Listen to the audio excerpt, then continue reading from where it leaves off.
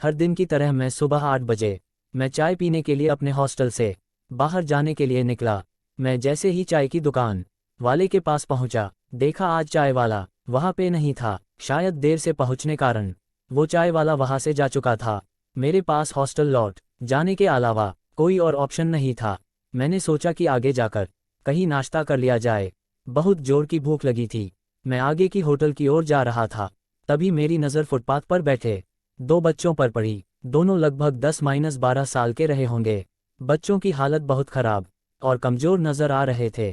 कमज़ोरी के कारण अस्थिपिंजर साफ दिखाई दे रहे थे। वे भूखे लग रहे थे। छोटा बच्चा रोते हुए बड़े भाई को खाने के बारे में कह रहा था।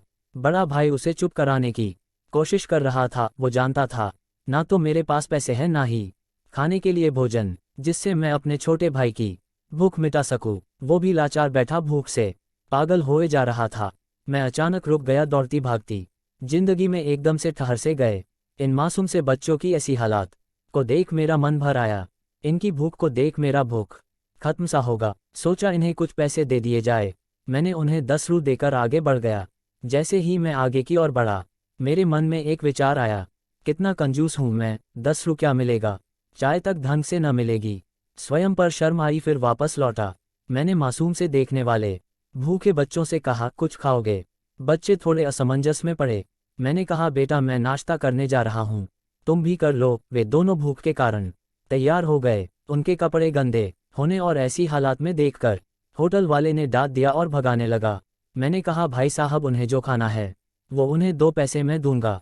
मेरे बातें सुन होटल वाले ने आश्चर्य से मेरी ओर देख, उसकी आंखों में उसके बर्ताव के लिए शर्म साफ दिखाई दी। बच्चों ने नाश्ता, मिठाई व लस्सी मांगी। सेल्फ सर्विस के कारण मैंने नाश्ता बच्चों को लेकर दिया। बच्चे जब खाने लगे, उनके चेहरे की खुशी देख मेरे चेहरे पे स्माइल आ गया। उस वक्त हमें दुनिया की काफ़ी अच्छी फीलिंग आ रहा था।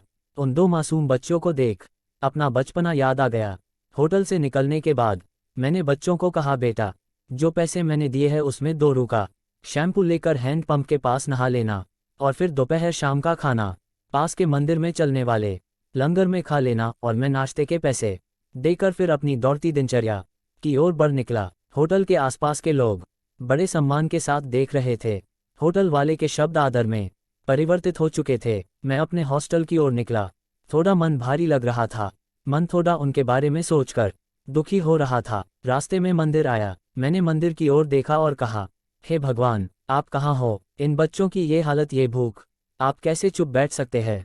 मोरल, आज हमारे आसपास में ना जाने ऐसे कितने लोग हैं जो गरीबी के कारण एक पल के लिए खाने के लिए उनके पास भोजन नहीं है और ना ही उनके पास पहनने के लिए कपड़े हैं। जहाँ पे इस तरह के बच्चे आपको देखे, आप उनकी मदद जरूर करें। जितना हो सके उतना मदद जरूर करें। उसके बाद आपको जो खुशी मिलेगी ना, वो और खुशी कहीं और नहीं मिलने वाली आपको। हम बदलेंगे, युग बदलेगा। हम सुधरेंगे, युग सुधरेगा। आपको कहानी कैसी लगी हमें आप अपने कमेंट के माध्यम से बता सकते हैं। ऐसे ही मज़ेदार और दर्द भरी कहानी सुनने के लिए हमें सब्सक्राइब, लाइक और कमेंट करें।